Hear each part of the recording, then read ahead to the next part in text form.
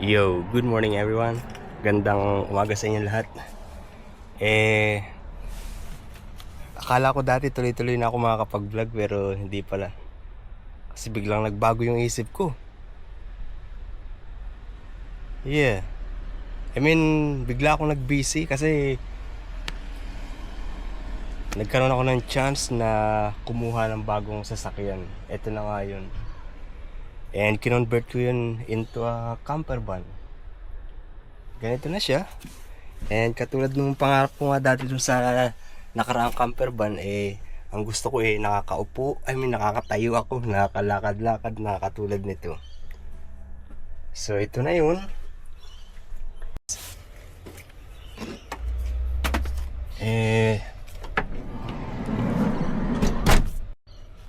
Actually, there is a big vehicle here. I'm not sure if I know them. I think they are Mr. Tobias. They are also a Filipino, but they grew up here in Australia. They are a couple. I'm not sure if they are not, because it's a low base. Not this one also, because this one is old. And we are here. Nag-i-English tayo na naman. Nandito nga pala ako sa 1 Mile Beach. And dahil January ngayon, busy kasi summer dito sa Australia. Etong loob na to, caravan park yan. Meron dyan mga cabin, mga bahay kubo style, and syempre may mga tent, at saka meron din mga camper van. And dito naman, kaya maraming mga nakapark dito na sasakyan, mga surfer yan, mga swimmer, surfer, kasi meron ditong surf school yan. And libre lang po mark dito, kaya dito rin ako nag-i-stay. Meron doon restaurant na bahagi yan ng caravan park.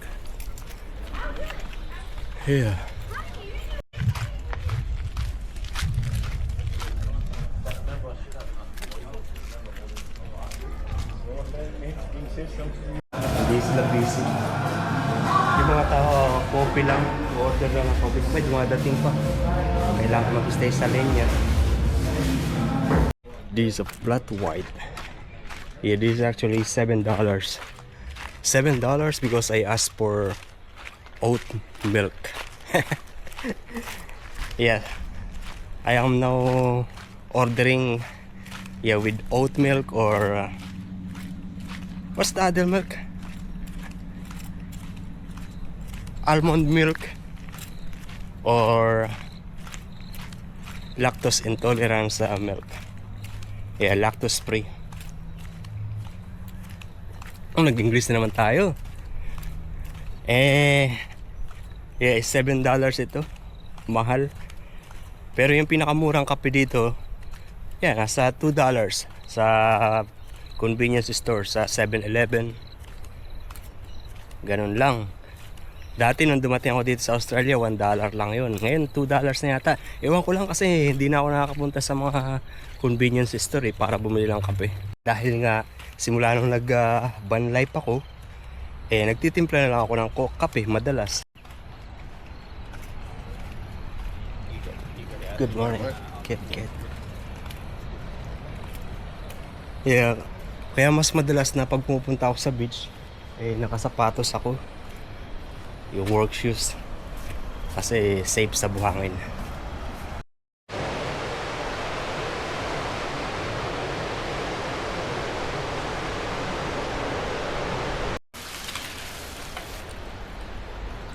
Kita nyo yung bisikleta niya, mayroong lagayan ng surfboard.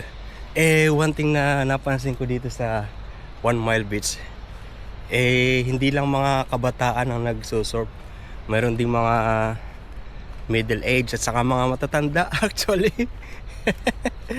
Which is good because it shows that active silang mga tao. Hindi ko kaya, hindi ako marunong mag-surfboard Unang reason, hindi ako marunong maglangoy. Nung mga nakaraang taon actually nag-aaral ako mag-swimming sa sarili ko, pero hindi ako natuto. Ayun. Alam mo, pag natuto ka ng isang bagay, yung bagay na yun maglilid sa other good things na posibleng mangyari. Katulad yan, pag natuto ako maglangoy, syempre matututo rin akong syempre magkakaroon din ako ng interest na scuba diving, snorkeling, or surfing, or kahit anong water activities. Ganun yun di ba? Isang maliit na learning, madaming branches na matututunan. Alam niyo yun, katulad ng pag natuto kang mag-drive. Ako, yung base nga sa experience ko na natuto ako mag-drive. Kung hindi ako natuto mag-drive, hindi ako matututong mag-van life. Hindi ako makakarating mag-drive sa iba't ibang lugar na napuntahan ko. I mean, kukunting lugar lang ang mapupuntahan ko kung hindi ako natuto mag-drive. And Uber, malamang hindi ako natutong mag-Uber. Ay, hindi nyo pala alam, nag-do over delivery ako ngayon. Yung over delivery dito, Uber Eats, katulad ng Grab dyan sa Pilipinas. So basically, mag-install ako ng app, mag-register ako, and then accept ako ng order through the app. Pipick upin ko yun sa restaurant, usually sa McDonald's, or sa grocery din, pumipick up din ako sa grocery, and then i-deliver ko yun doon sa bahay, sa umorder. And last night, ang kinita ko $121. Tapos merong $20 na cash na binigay ng customer sa akin. Actually, kahapon pagka plano ko mag-i-edit lang ako ng video or pupunta sa shopping center para bumili ng bagong relo. Pero nagbago ang isip ko dahil yung relo na gusto kong bilhin flashlight lang ang additional features. May langgam dito. May kanya-kanya silang mga dalang pagkain. Flashlight lang ang features ng bagong relo na bibilhin ko. Kaya nagbago ang isip ko, wag na lang. And so, nasa loob lang ako dito ng van. Nag-computer, natutulog. And then, nung mga 5 o'clock na pumunta ako sa gym. And mga 30 minutes lang ako sa gym. Tapos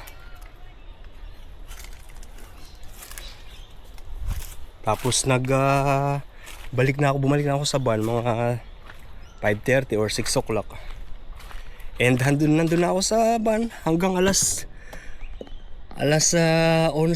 Alas 11 na ng gabi, sabi ko alis na ako, tutulog na ako. Pero bigla kong in-online yung app ko, yung Uber Eats delivery app. Sabi ko pag malapit lang yung sa McDonald's, siguro mga mga 300 meters lang simula dun sa gym hanggang sa McDonald's, inon ko. Sabi ko pag nakalampas ako ng McDonald's nang walang order, hindi ako mag-Uber Eats, hindi ako babalik. Bago ako dumating sa McDonald's, may dumating na order. And ang offer is $25. Tinanggap ko, in-accept ko. And malapit lang yung pagdideliveran sa Nelson Bay lang. Hanggang tuloy-tuloy na may order. And yung isang dineliveran ko, binigyan ako ng $20. Sabi ko, hindi po, okay na, salamat. Pero nag-insist, sabi ko, thank you Mr. Andrew, I appreciate. Sabi mo ganyan. Mukhang lasing yun. Mukhang lasing. So marami pa akong na-deliveran. Siguro naka 5 deliver din ako. And yun nga, ang kinita ko $125. Actually total $150 plus yung $20 na cash. malaki pala yung binibigay na bayad ng Uber Eats pag gabi. Siguro kukunti yung tao nag-deliver pag gabi, kaya malaki yung bayad nila. Kasi minsan yung $4 ay yung 4 kilometers lang na distance, umaabot ng $30, $25 kada trip. Minsan dinidelay ko, hindi ko ina-accept kaagad. Kasi pag hindi mo ina-accept kaagad, dadagdagan nila ng additional na mga $10, mga ganyan. So lumalaki. May mga ganong sitwasyon. And yung pinakahuli kong deliver, mali yung address. Bali, yung address ng Uber Eats dito. Yung address ng Google Map dito sa kabila. Magkatalikod bahay lang siya. Pero yung dito sa Uber Map kasi subdivision yun. May gated subdivision. Yung pagdideliveran ko dito sa kabila, ibang kalsada. Yun yung huli ko yung pinagdeliveran. Medyo naiinis na yung babae. Tinawagan ako sa telepono. Yung wrong address nga daw. Pero hindi siya galit sa akin. Galit siya dun sa... Hindi siya galit.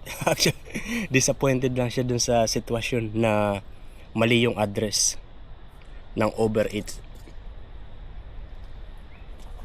And sa gabi dito, pag mga after 9 o'clock, wala nang restaurant na bukas.